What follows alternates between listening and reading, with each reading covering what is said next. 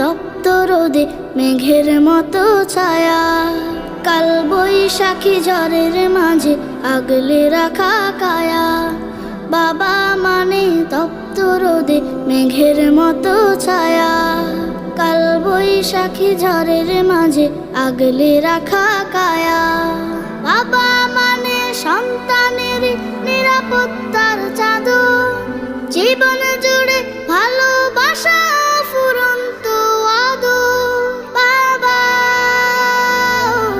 আমার বাবা, কখন কোথায় কেমন আছি রোজ নাও তার খবর, কখন কোথায় কেমন আছি রোজ নাও তার খবর।